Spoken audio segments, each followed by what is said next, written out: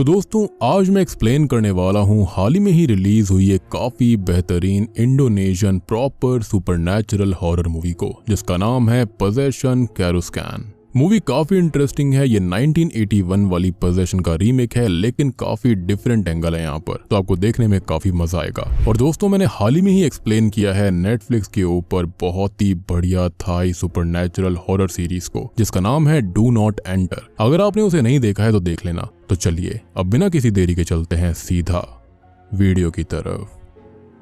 तो कहानी की शुरुआत में हम रत्ना नाम की एक लेडी को देखते हैं, जो कि फ्लोर पर भागते हुए अपने रूम में आ जाती है। रत्ना का मेकअप पूरी तरह से बिगड़ा हुआ था और उसको सही करते समय ही अचानक से रत्ना अजीब सा बर्ताव करने लगती है और ऐसा लगने लगता है कि जैसे कि कोई अदृश्य शक्ति उसके साथ फिजिकल होने की कोशिश कर रही हो। खैर कुछ दिनों के बाद में हम रत्ना को उसके घर में ही देखते हैं, जहाँ पर वो कहीं जाने के लिए रेडी हो रही थी। बाहर उसका बेटा बूदी भी होता है, जो कि तैयार हो चुका था। अब रत्ना भी तैयार होकर बाहर आती है और एक एनवेलप को टेबल पर रख देती है, और जब बूदी उसको उठाता है तो हम ये जान पाते हैं कि उसके अंदर असल में डिवोर्स पेपर्स थे, जिसके बारे में रत्ना अभी ज्यादा बात नहीं करती। और वहां से सीधा बूदी को कार में बैठाकर एक डॉक पर ले आती है, जहां से आज रत्ना का पति फारिस नेवी ड्यूटी को पूरा करके कुछ दिनों की छुट्टी पर आ रहा था। अब उस समय पर फारिस के सीनियर्स रत्ना से नॉर्मली बात करने की कोशिश करते हैं, लेकिन रत्ना उनसे बहुत ही ज्यादा रूडली बात करती है और फिर वो वहां से फारिस के सामान को उठाकर वापस जाने लगती है। फारिस के सीनियर्स ने फारिस को मूवी टिकट्स भी दी थी, इसलिए रत्ना और फारिस मूवी देखने के लिए चले जाते हैं, जहां पर फारिस रत्ना को जब जब छूने की कोशिश कर रहा था तब तब रत्ना उसको रिजेक्ट कर रही थी, उसका हाथ झटक दे रही थी। फारिस को ये सब देखकर कुछ भी समझ में नहीं आता कि आखिर हुआ क्या है, पर रत्ना अभी मूवी को बीच में ही छोड़कर घर जाने की बात करती है और दोनों घर पर आ भी जाते हैं, जहाँ पर फारिस के रूम में जाने से पहले उसका पड़ोसी टोनी उसके पास आकर उसके कान में कुछ बुदबुदाता है। पर जो रत्ना होती है वो बस अपने रूम में आ जाती है और आगे जब फारिस रूम में जाता है तो वो काफी ज्यादा गुस्से में था, और तब जाकर उसकी बातों से हम जान पाते हैं कि असल में टोनी ने उसको ये बताया था कि रोज रात में रत्ना घर से कहीं पर बाहर जाती है। और अब फारिस को ऐसा लगने लगता है कि शायद से रत्ना का उसके पीठ पीछे किसी के साथ अफेयर चल रहा है, और इसी वजह से उसने फारिस को अचानक से ही डिवोर्स पेपर्स भी पकड़ा दिए थे।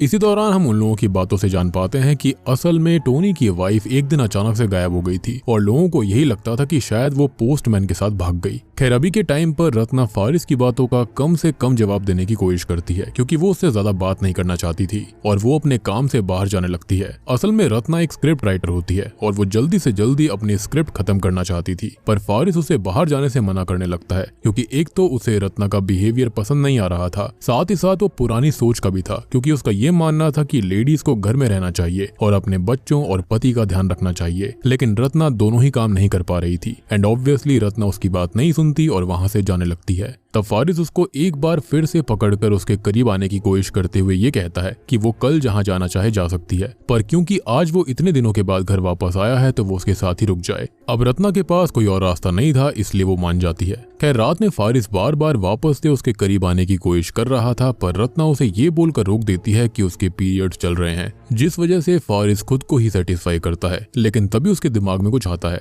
और वो बाथरूम का डस्टबिन चेक करने के बाद रत्ना के पैरों को फिर से छूने लगता है। असल में रत्ना ने फारिस से झूठ कहा था कि उसके साथ ऐसा कुछ था। तब उन दोनों में वापस से बहसबाजी होने लगती है, पर रत्ना किसी भी हालत में अब फारिस के करीब नहीं आना चाहती थी। तब फारिस रत्ना को अपने काम के बारे में ऐसे गिनवाने लगता है जैसे कि रत्ना उसकी नौकर हो और वो रत्ना के लिए ना जाने क्या क्या कर रहा है। साथ ही साथ फारिस ने ये भी डिसाइड कर लिया था कि वो उस इंसान के बारे में पता करके रहेगा जिसने रत्ना को फारिस से अचानक से इतना दूर कर दिया। और फारिस के वहां से जाने के बाद रत्ना रोते हुए अपने सर को टेबल के ऊपर मारने लगती है, पर तभी उसका बेटा बूदी उसके पास आकर ऐसा करने से उसे रोकता है। वो उसको हक कर लेता है। खैर अगले दिन फारिस जब सो रहा था तभी अचानक से उसे बर्तनों के गिरने की आवाज आ रही थी, और जब वो बाहर जाकर चेक करता है तो बाहर उसका बेटा बूदी अपने लिए खुद ही ब्रेकफास्ट बना रहा था और रत्ना सुबह बहुत पहले ही काम पर चली गई। रोज बूदी को असल में खुद ही अपने लिए खाना बनाना पड़ता था, और अब ये बात जानने के बाद फारिस को बिल्कुल भी अच्छा नहीं लगता, क्योंकि रत्ना अपने बच्चे पर भी ध्यान नहीं दे रही थी। तभी अचानक से उसके घर के बाहर मीता आ जाती है, जो कि असल में रत्ना की असिस्टेंट होती है, और वो रोज सुबह बूदी को रत्ना के कहने पर स्कूल छोड़कर आया करती। तब मीता से बात करने पर फारिस को पता चलता है कि असल में रत्ना 3 महीने से एक होटल रूम को बुक करके वहीं पर स्क्रिप्ट का काम कर रही है।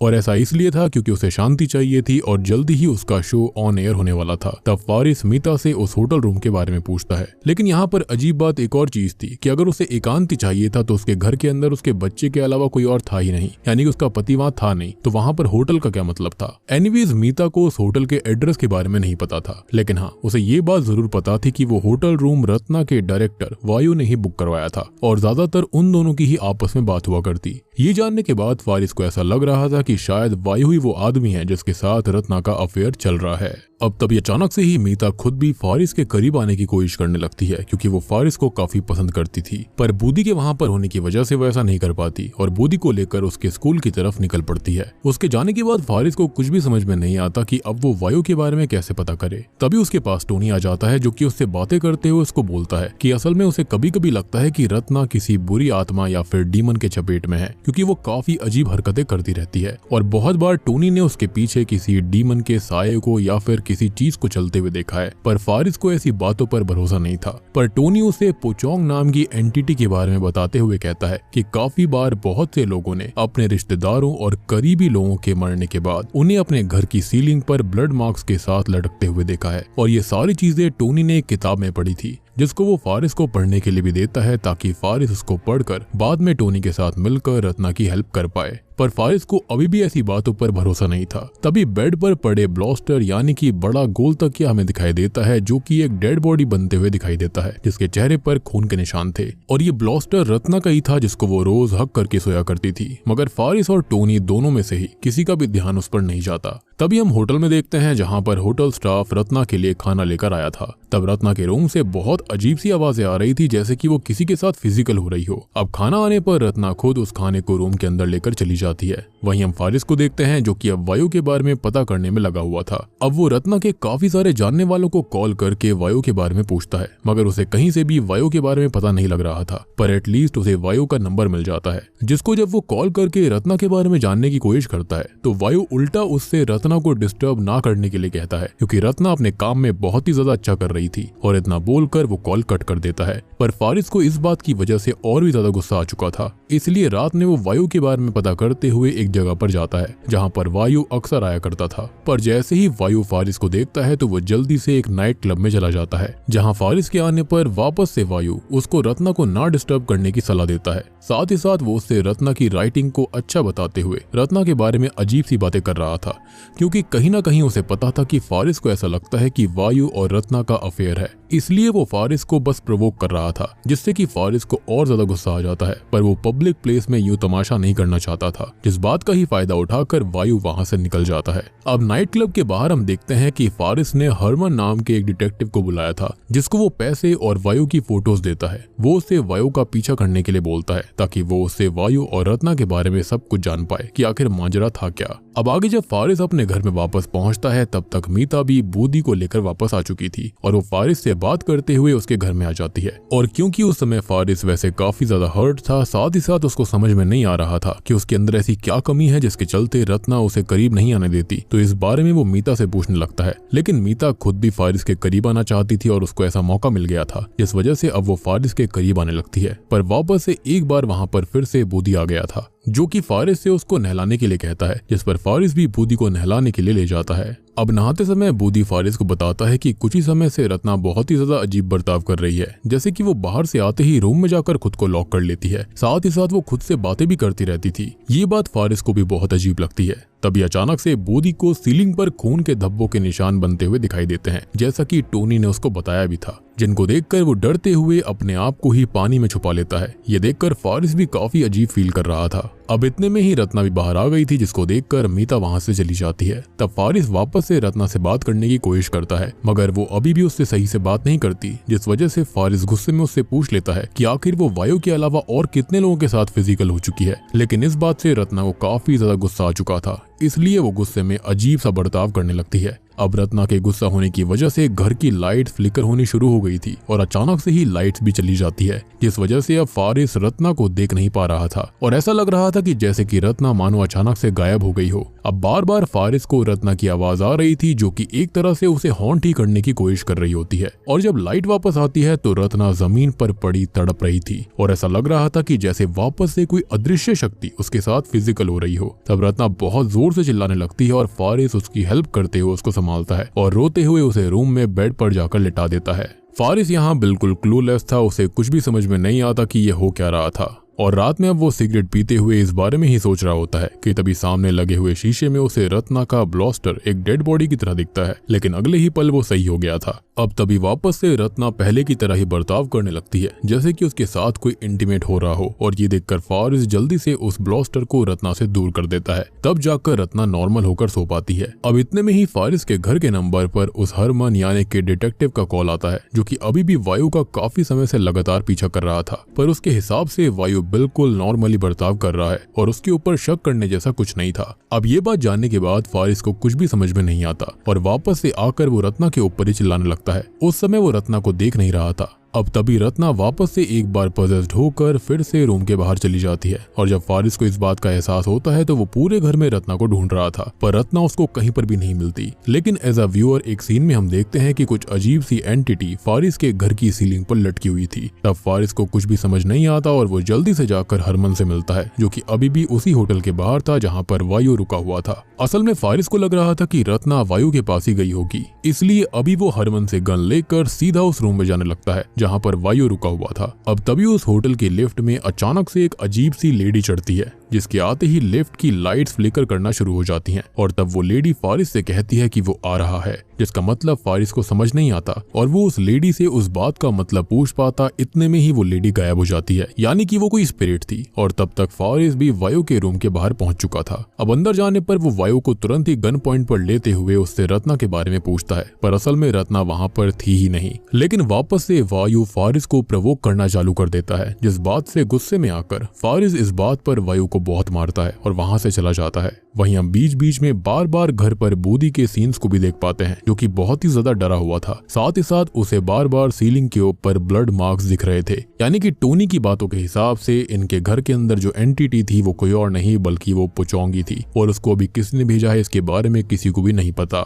अब वहीं दूसरी तरफ जब फारिस घर पर वापस आकर अपनी कार पार्क कर रहा होता है तभी अचानक से उसे उसकी कार की बैक सीट पर एक पोचोंग दिखाई देता है जो कि अगले ही पल वहां से गायब हो गया था। तब फारिस इस बारे में ज्यादा नहीं सोचता और अपने घर में आकर बियर पीने लगता है और उस समय बूदी यानी कि उसका बेटा भी किचन में बैठा हुआ था, जिससे बात करने पर फारिस को पता चलता है कि बूदी वॉशरूम में जाना चाहता है, पर वो वहां पर जाने में डर रहा था क्योंकि वहां पर उसकी माँ रत्ना थी। अब ये बात जानने के बाद फारिस को कुछ भी समझ में नहीं आता कि रत्ना वहां पर कैसे आ गई, पर अभी वो खुद बाथरूम में जाकर चेक करता है जहां पर रत्ना उसी ब्लास्टर के साथ बाथटब में लेटी हुई सो रही थी।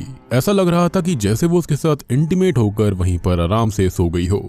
साथ ही साथ उस ब्लास्टर और रत्ना के पैरों में बहुत ज्यादा खून लगा हुआ था, जिसको देखने के बाद फारिस बूदी को पहले तो बाथरूम के अंदर आने से रोकता है और बाद में वो जल्दी से रत्ना को उठाकर रूम के अंदर जाकर लेटा देता है। अब बूदी इन सबसे बहुत ही ज्यादा डर चुका था और अब फारिस को बूदी को भी समझाना था, इसलिए वो उसके पास जाकर उससे बातें करते हुए उससे रत्ना के बारे में ही पूछने लगता है कि जब रत्ना घर में वापस आई तो क्या उसके साथ कोई था, पर बूदी इन सब के बारे में कोई जवाब नहीं देता, जिससे फारिस समझ चुका था कि कहीं ना कहीं वो बहुत ही ज्यादा डरा हुआ है और इसलिए अभी फारिस भी उसके पास बैठ जाता है और उसे पता नहीं चलता कि कब उसकी आंख बूदी के बिस्तर पर ही लग जाती है। खैर तभी हम रत्ना को देखते हैं जो कि वापस से रात में एक बार जाग उठती है और तैयार होने के बाद वो इतनी तेज बारिश में भी छाता लेकर कहीं पर जाने लगती है। अब उसी समय उसके जाने के बाद हम वापस से मिरर के अंदर एक पुचोंग की रिफ्लेक्शन को देख पाते हैं। खैर इसी बारिश में अब रत्ना एक टैक्सी में जाकर बैठती है और अब अकेली ही सुंदर लड़की को देखकर टैक्सी वाला भी रत्ना के ऊपर ट्राई करने की कोशिश करने लगता है। उसे लग रहा था कि कोई अच्छे घर की लड़की ऐसे बारिश के अंदर छाता लेकर कहाँ ही जाएगी, लेकिन रत्ना के होटल के पास पहुंचने के बाद अचानक से टैक्सी वाले को भी रत्ना के बगल में एक पुचोंग दिखाई देता है, जिसको देखकर वो बहुत ही ज्यादा डर चुका था। अब जब रत्ना टैक्सी से नीचे उतरती है तो पुचोंग टैक्सी ड्राइवर का सर कार के शीशे में पटक पटक कर उसे जान से मार डालता है,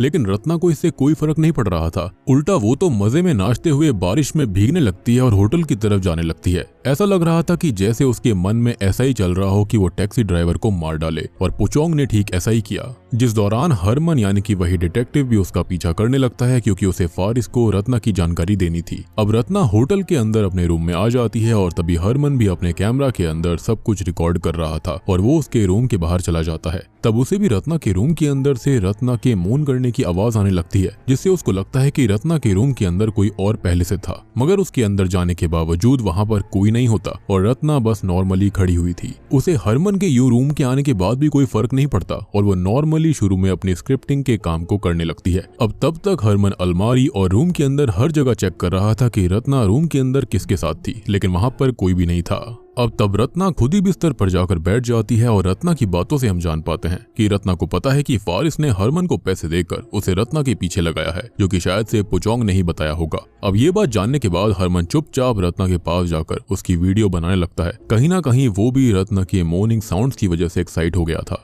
इसलिए वो उसके करीब होना चाहता था, यानी कि वो अपने काम को छोड़कर उल्टा ही काम करना चाहता था। और अब यहाँ पर हमें थोड़ी थोड़ी सी पिक्चर क्लियर होने लगती है कि रत्ना के इर्द गिर्द जितने भी मर्द थे वो बहुत ही ज्यादा अजीब थे, वो उसका फायदा उठाना चाहते थे। अब तभी अचानक से उसे उसके बाथरूम से कुछ आवाज आती है, जिसको सुनकर हरमन तुरंत ही बाथरूम में चेक करने के लिए जाता है, जहाँ पर ढेर सारा खून था। और तभी अचानक से एक पुचोंग हरमन के सामने भी आता है, जिसको देखकर वो बहुत डर जाता है। और अब जैसे ही वो बाथरूम से बाहर आता है तो रत्ना सीजर्स की हेल्प से उसे बार बार स्टैब करके खत्म कर देती है और बाद में वो उसकी बॉडी को होटल की ही अलमारी में भी रख देती है। यहाँ पर हम रत्ना के भी मेंटल स्टेट को समझ पाते हैं कि वो इन सब चीजों से कितनी ऊब गई थी, यानी कि उसे कोई भी स्पेस देना नहीं चाह रहा था। उसका पति भी उसकी बातों पर विश्वास नहीं करता था। और आपने ये भी नोटिस किया होगा कि अब तक रत्ना के हस्बैंड ने उसे ये नहीं पूछा कि उसके साथ हुआ क्या है, उसे क्या टेंशन है या फिर क्या चीज उसे बॉदर कर रही है। वो बस उसके साथ इंटीमेट होना चाह रहा था और उसे बस इस बात का ही शक था कि वो किसी और के साथ उस पर चीट कर रही थी, which might be the reason कि उसने पुचोंग को एक्सेप्ट कर लिया था, क्योंकि अगर पुचोंग उसको मारना चाहता तो अब तक मार देता, लेकिन पुचोंग खाली उसको मार रहा था जिसको रत्ना चाहती थी कि वो मर जाए, जैसे कि वो टैक्सी ड्राइवर और यहाँ पर हरमन, ये दोनों ही उसका फायदा उठाना चाहते थे। एंड मुझे ऐसा लगता है कि फारिस और रत्ना के बीच ये सारी चीजें काफी टाइम से चल रही होंगी, जिसके चलते ही उसने डिवोर्स पेपर्स फाइल कर दिए थे।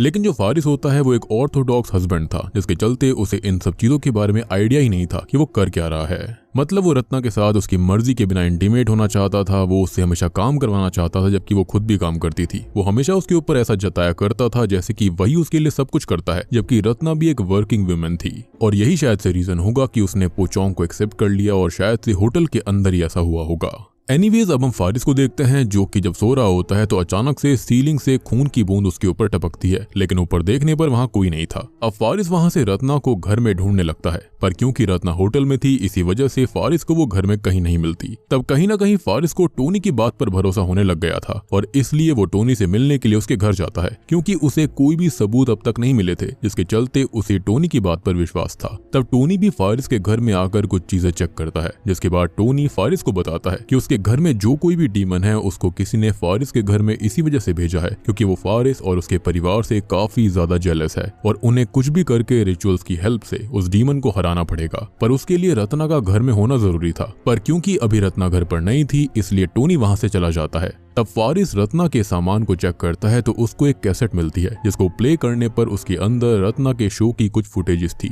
जिसके अंदर साफ देखा जा सकता था कि वायु जो था वो रत्ना को खराब स्क्रिप्ट लिखने की वजह से बहुत ही ज्यादा सुनाया करता था और बार बार उससे स्क्रिप्ट्स को चेंज करवाता। कहीं ना कहीं रत्ना इस वजह से भी काफी ज्यादा डिप्रेशन में थी और इमोशनली अनस्टेबल भी थी। खैर अब उन्हीं सभी स्क्रिप्ट्स को उस वीडियो के अंदर रत्ना समेट रही होती है कि तभी अचानक से उसके पास मीता आकर उससे फारिस को एक रात मीता के साथ भेजने के लिए कहती है, जिससे कि उसके साथ काफी सारी अच्छी चीजें होंगी, क्योंकि वो जानती थी कि कहीं ना कहीं रत्ना अपने काम पर ज्यादा ध्यान नहीं देती और रत्ना को फारिस से इतना कोई खास लेना देना नहीं था। लेकिन रत्ना जैसी भी थी वो अपने पति को यूं किसी के साथ नहीं भेज सकती थी, इसलिए वो मीता को साफ मना कर देती है कि वो अपने पति के साथ काफी खुश है। तब मीता रत्ना को फारिस के बदले किसी और को देने का वादा करती है। इनफैक्ट वो रत्ना को ये भी कहती है कि वो तीनों मिलकर एक रात बिता सकते हैं, लेकिन रत्ना इसके लिए भी मना करती है। अब तभी मीता रत्ना को फारिस के बदले किसी और को देने का वादा करती है जो कि उसे समझ पाएगा, क्योंकि कहीं ना कहीं मीता जानती थी कि फारिस जो था वो रत्ना को उतना अच्छे से नहीं समझता था।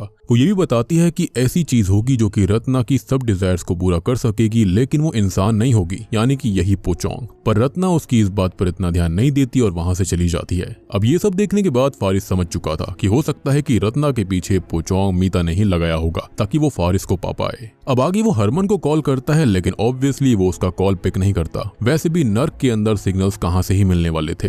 अब इसलिए फारिस खुद ही उस होटल में वापस जाने के लिए निकलता है जहां पर वायु और रत्ना जाया करते थे। लेकिन यहाँ पर वायु और रत्ना के बीच कुछ नहीं था, वो खाली काम के सिलसिले में बात किया करते। और वायु रत्ना से इसलिए खुश था क्योंकि जब से वो होटल के अंदर काम कर रही थी तब से उसकी स्क्रिप्ट्स काफी अच्छी थी। यानी कि यहाँ पर देखा जा सकता है कि रत्ना को वो स्पेस मिला था जो कि उसे कोई इंसान नहीं दे पा रहा था, और जब उसका मन हुआ करता वो तभी पोचोंग के साथ इंटीमेट होती थी। यहाँ पर उल्टा नहीं होता था, लाइक पोचोंग उसके साथ तब इंटीमेट होता जब रत्ना की मर्जी थी, और वैसे भी उसे इंसानों से ज्यादा ये पोचोंग ही समझ रहा था। वहीं हम वायु को देख पाते हैं जो कि अभी भी रत्ना के साथ होटल के रूम में था, और वो रत्ना को अच्छी स्क्रिप्ट लिखने के लिए फोर्स किया जा रहा था, जबकि उसे ये बात भी नहीं पता था कि वहां पर ऑलरेडी एक लाश पड़ी हुई है। अब अचानक से ही रत्ना पजेस्ड हो जाती है जो कि पोचोंग के जरिए था, और अचानक से वायु के सामने पोचोंग आ जाता है जिसको देखकर वो बहुत डर गया था। मगर रत्ना को इन सबसे कोई भी फर्क नहीं पड़ता और वो वायु का गला काट देती है कि तभी फारिस भी होटल के बाहर पहुंच गया था। अब फारिस बाहर हरमन की कार को देखकर उसकी कार के पास जाता है कि तभी फारिस की कार के ऊपर होटल के रूम से वायु की डेड बॉडी नीचे आकर गिरती है, जिसको देखकर फारिस सीधा लिफ्ट से ऊपर जाने लगता है। और इस बार भी फारिस के सामने वही अजीब सी लेडी आ गई थी जो कि उससे वापस से सेम शब्द कहती है कि वो आने वाला है। अब इस बार फारिस उसको पकड़ते हुए उससे पूछने की कोशिश करता है कि वो किसके बारे में बात कर रही है, लेकिन वो लेडी वेपन ऑफ माइंड बोलकर हंसते हुए एक बार फिर से गायब हो जाती है। यानी कि कहीं ना कहीं वो उसको समझाना चाहती थी कि यहाँ पर सब कुछ दिमाग का खेल है, या फिर ये भी बताना चाहती होगी कि उसकी बीवी मेंटली अनस्टेबल हो चुकी है, जिसके चलते पोचोंग उसके पीछे था। एंड ये जो लेडी थी माइट भी हो सकता है कि इसी होटल के अंदर खत्म हुई होगी, जिसके चलते वो गोस्ट को पोचोंग को देख सकती थी, और इनडायरेक्टली वो यही समझा रही थी कि उसकी बीवी के पीछे पोचोंग पड़ चुका है। अब ऑब्वियसली बात है फारिस इंसान था, उसे कुछ भी समझ नहीं आता। इनफैक्ट ये लेडी भी वहां से बार बार गायब हो रही थी, वो भी अपने दिमाग में उसे प्रोसेस नहीं कर पा रहा था। एनीवेज फारिस ये सब इग्नोर करते हुए रत्ना के रूम में पहुंचता है जहां पर रत्ना अभी भी उसी ब्लास्टर के पास पड़ी हुई थी और उस ब्लास्टर में खून लगा हुआ था। अब तभी फारिस जल्दी से रत्ना को अपनी कार में बैठाता है और घर की तरफ आने लगता है। तब वायु की बॉडी फारिस की कार से नीचे गिर गई थी, और घर आने के बाद फारिस को लग रहा था कि शायद अब सब कुछ सही हो जाएगा क्योंकि वायु मर गया है, लेकिन उसे ये नहीं पता था कि ये सब तो पोचोंग का करा धरा था। इसलिए पहले तो वो रत्ना को समझाता है कि जो कुछ हुआ उसमें उसकी गलती नहीं है, पहली बार ऐसा हुआ था कि उसने रत्ना की बात मानी। और बाद में फारिस रत्ना को क्लीन करके उसके पास जाता है और कहता है कि वो एक नई शुरुआत करेंगे। वो क्लोज होने की कोशिश करता है, पर रत्ना फारिस की हरकतों से अभी भी काफी ज्यादा अनकंफर्टेबल थी। यानी कि देखो यहाँ पर भी उसकी सेक्सुअल डिजायर जो थी वो काफी ज्यादा थी। रत्ना का मन नहीं था, फिर भी वो यही करना चाहता था। अब रत्ना तुरंत ही किचन में पड़े हुए एक चाकू को उठाकर पहले तो फारिस को उससे डराती है और बाद में नाइफ से अपनी गर्दन ही काट लेती है। वो जीना नहीं चाहती थी।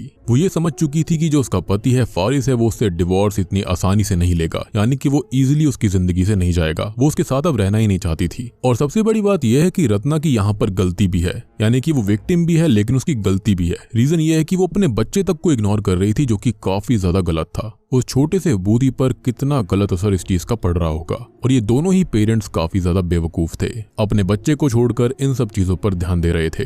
खैर फारिस काफी ज्यादा डर गया था और पहले तो वो जल्दी से रत्ना को संभाल कर उसकी पट्टी करता है और बाद में वो टोनी के घर में जाकर उसे बुलाकर लाता है। उन दोनों ने रत्ना के एग्जॉर्सिज्म की पूरी तैयारी कर ली थी, यानी कि अभी भी वो उसको समझ नहीं रहा था। उसे लग रहा था कि उसके ऊपर किसी आत्मा का वास था, लेकिन यहाँ पर मेरे हिसाब से पूरी मूवी देखने के बाद इसका जस्ट अपोजिट होता है। पोचोंग वहाँ पर था जरूर, लेकिन रत्ना के कहने पर ही वो सब कुछ किया करता था। लेकिन हम स्टार्टिंग में ही समझ जाते हैं कि टोनी जो है वो एग्जॉर्सिज्म करना नहीं जानता और वो भी बस रत्ना का फायदा उठाना चाहता था। जी हाँ, वो काफी ज्यादा जेलस था इन दोनों से और उसे रत्ना हमेशा से पसंद थी, और शायद से उसकी बीवी इसलिए ही भाग गई थी क्योंकि वो खुद बहुत बड़ा चीटर था। खैर उन्होंने रत्ना को बिस्तर से बांध दिया था और टोनी रत्ना के जेनिटल ऑर्गन्स को चेक करने की बात कर रहा था, जिस पर रत्ना उठकर ये कहने लगती है कि वो सब कुछ शैतान है और रत्ना के अंदर कोई भी शैतान नहीं है। और जैसा कि मैंने आपको शुरुआत में ही बता दिया था कि जो पुचोंग था ना, वो उसको पजेस करके नहीं रख रहा था, बल्कि रत्ना उसके साथ अपनी खुद की मर्जी से थी, क्योंकि वही उसको बेटर समझ रहा था as compared to this man. Anyways अब तभी अचानक से उनके घर की डोरबेल बजती है और तब टोनी फारिस को बाहर चेक करने के लिए कहता है और खुद अंदर रुक जाता है। आप जानते हो कि उसकी इंटेंशंस क्या थी। अब बाहर मीता बूदी को स्कूल से लेकर आई थी और जैसे ही वो घर के अंदर का माहौल देखती है तब वो बाहर भागकर जाने लगती है। वो समझ गई थी कि फारिस रत्ना के साथ कुछ तो अजीब कर रहा है और तब फारिस जल्दी से उसे पकड़कर घर के अंदर लेकर आता है।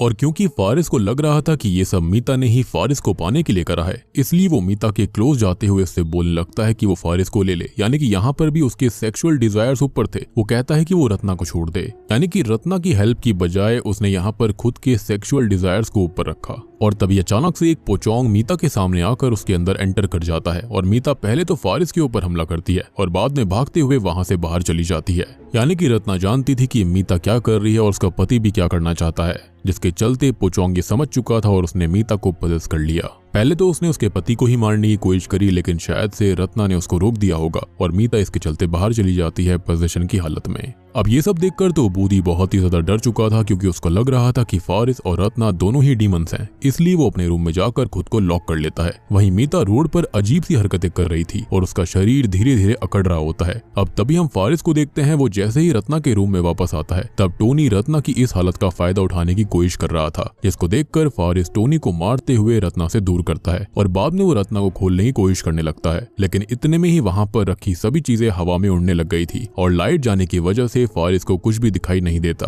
अब थोड़ी देर के बाद में जब उसे थोड़ा थोड़ा दिखाई देना चालू होता है तब तक बिस्तर से अचानक से रत्ना गायब हो गई थी। साथ ही साथ तभी टोनी भी अब फारिस के ऊपर हमला करने की कोशिश करने लगता है, लेकिन तभी उसके सामने पोचोंग आकर उसे पजेस कर लेता है और टोनी बाहर जाकर एक दीवार पर अपना सर पटकने लगता है, जिसकी वजह से उसकी वहीं मौत हो जाती है। सेम यही चीज मीता भी एक सुनसान रोड के डिवाइडर पर जाकर करती है, जिससे वो भी खत्म हो गई थी। वहीं फारिस पहले तो बूदी को गेट खोलने के लिए कहता है ताकि वो उसको लेकर वहां से निकल सके, लेकिन बूदी डर के मारे गेट नहीं खोलता कि तभी फारिस को भी सीलिंग के ऊपर ब्लड मार्क्स दिखाई देने लगते हैं। यानी कि जो टोनी की बातें थी वो कहीं ना कहीं आधी अधूरी सही थी। एटलीस्ट वो सीलिंग में ब्लड मार्क्स वाली तो सही थी। अब इस चीज को देखकर वो गन निकालकर उनकी तरफ शूट करता है, पर तब तक उसके घर की फर्श पर भी चारों तरफ खून खून हो गया था। तब फारिस जल्दी से अपने रूम में जाता है, जहां का नजारा देखने के बाद तो फारिस के एकदम से होश उड़ गए थे, क्योंकि रूम के अंदर रत्ना उसी ब्लास्टर के साथ थी और वो इंटीमेट हो रही थी। ऐसा लग रहा था कि जैसे कि रत्ना उसके साथ खुद की मर्जी से इंटीमेट हो रही हो। और मैंने आपको ये चीज पहले ही बता दी है कि रत्ना उस ब्लास्टर यानी कि पोचोंग के साथ अपनी मर्जी से इंटीमेट हो रही थी, क्योंकि वो उसके साथ सेफ फील कर रही थी, सिक्योर्ड फील कर रही थी। एनीवेज अब होता यह है कि ये सीन देखने के बाद तो फारिस के दिमाग ने काम करना बंद कर दिया था और वो वहीं बेहोश हो जाता है। जिसके बाद जब उसकी आंख खुलती है तो वो खुद को एक थिएटर में बंधा हुआ पाता है और उसके ही बगल में मीता, टैक्सी ड्राइवर, हरमन, टोनी और वायु की भी लाशें पड़ी हुई थी, जिनको किसी और ने नहीं बल्कि यहाँ पर खुद रत्ना ने ही अरेंज किया था। और उसके सामने अब रत्ना खुद की ही लिखी हुई स्क्रिप्ट को शो के रूप में एज अ होस्ट प्रेजेंट करती है और बाद में वो हंसते हुए फारिस को भी शूट करके जान से मार डालती है। यानी कि उसकी मेंटल स्टेट इतनी खराब हो चुकी थी कि उसको अब कोई डर नहीं था। वैसे भी उसने खुद को खत्म करने की कोशिश करी थी, जिसके चलते वो हर एक अंजाम के लिए तैयार थी। चाहे उसको जेल हो जाए, पुलिस उसे पकड़ ले या फिर लोग उसे मार डाले, उसे कोई फर्क नहीं पड़ता था। फाइनली वो खुद को आजाद फील कर रही थी। उसको अब तक हर किसी ने रेस्ट्रिक्ट किया था, जिसके चलते उसकी हालत ऐसी हो गई। और पोचोंग ही ऐसी चीज थी जिसके चलते उसको बहुत ज्यादा सुकून मिल रहा था। और सबसे बड़ी बात कि रत्ना भी यहाँ पर बिल्कुल करेक्ट नहीं थी। उसने यहाँ पर पोचोंग को खुद को सौंप तो दिया, लेकिन अल्टीमेटली उसने भी काफी सारी चीजें गलत करी। सबसे ज्यादा गलत उसने बूदी के साथ किया था, क्योंकि उसने अपने बेटे पर ध्यान नहीं दिया। हो सकता है कि बाकी सब उसको नहीं समझ रहे थे, लेकिन एटलीस्ट बूदी उसको समझता था। उसने आकर अपनी माँ को हक भी किया था कि सब कुछ ठीक हो जाएगा, लेकिन उसने अपने बेटे की भी परवाह नहीं करी और यही उसकी सबसे बड़ी गलती थी। वो चाहती तो किसी और तरीके से बाहर आ सकती थी, लेकिन उसके अंदर भी लस्ट वाली फीलिंग्स थी, इसके चलते उसने ऐसा नहीं किया। माइट भी फारिस उसके साथ उस तरह से इंटीमेट नहीं हो रहा था जैसे कि पोचोंग किया करता था, तो हो सकता है कि उसको पोचोंग ज्यादा बेटर लगा। और यहाँ पर इस पोचोंग को आप बिल्कुल पोल्टरगाइस्ट ही समझना। एनीवेज अब बूदी जो होता है वो ये सारी चीजें देख रहा था, पर वो पर्दे के पीछे चला जाता है और वहां से झांक कर बाहर देखने लगता है। हो सकता है कि अब फाइनली बूदी को भी इस पोचोंग ने कहीं ना कहीं कुछ ना कुछ पॉजेस कर लिया था, और ये भी हो सकता है कि पोचोंग उसको अपने पिता के ही रूप में दिखाई देने लगे। और बूम, इसी के साथ में ये मूवी यहीं पर खत्म हो जाती है। तो दोस्तों, ये थी पोजेशन 1981 यानी कि एक कल्ट क्लासिक हॉरर मूवी की रीमेक पोजेशन कैरुस्कैन। हमें आइकॉनिक कल्ट क्लासिक मूवी के अंदर एक एलियन या फिर एक ऐसी एंटिटी दिखाई गई थी जो कि किसी का भी रूप ले सकती थी, लेकिन यहाँ पर हमको प्रॉपर सुपरनैचुरल हॉरर एंगल दिखाया गया है, यानी कि पोचोंग वाला। साथ ही साथ इन मूवीज के अंदर विमेन के ऊपर जो अत्याचार होते हैं या फिर जो भी मैरिटल लाइफ के अंदर चीजें होती हैं, चाहे वो फिजिकल अब्यूज हो या फिर मेंटल अब्यूज, वो सारी चीजें दिखाई गई हैं।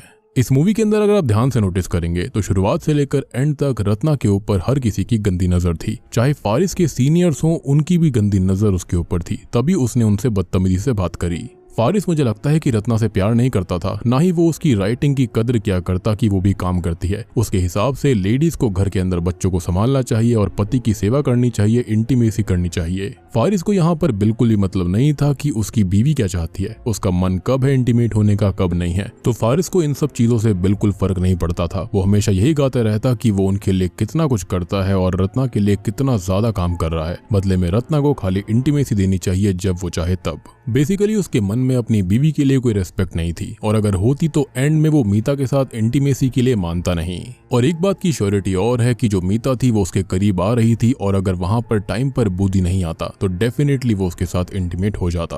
देखा जाए तो यहाँ पर जितने भी कैरेक्टर्स थे उन सब के मन में कुछ ना कुछ गलत था। मैं यहाँ पर ये नहीं कह रहा हूँ कि जो रत्ना थी वो बिल्कुल करेक्ट थी। उसने जो तरीका चुना, जो पोचोंग वाला तरीका था या फिर इस तरीके की जो भी चीजें थी, वो सारी की सारी गलत थी। जो वायु था वो भी गलत था। उसके मन में रत्ना के लिए लस्ट वाली फीलिंग्स के साथ साथ उसके ऊपर काम का प्रेशर बनाने की बहुत सारी चीजें गलत थी। और ऐसे ही आप अगर टैक्सी ड्राइवर, हरमन, टोनी, बाकी सभी कैरेक्टर्स को नोटिस करोगे तो सबके अंदर ये लस्ट वाली फीलिंग जरूर थी, जो कि हमेशा रत्ना का ही फायदा उठाना चाह रहे थे, जिसके चलते रत्ना ने उनको मार दिया, या फिर ये कहीं कि पजेस्ड होकर पोचोंग ने ऐसा करवा दिया।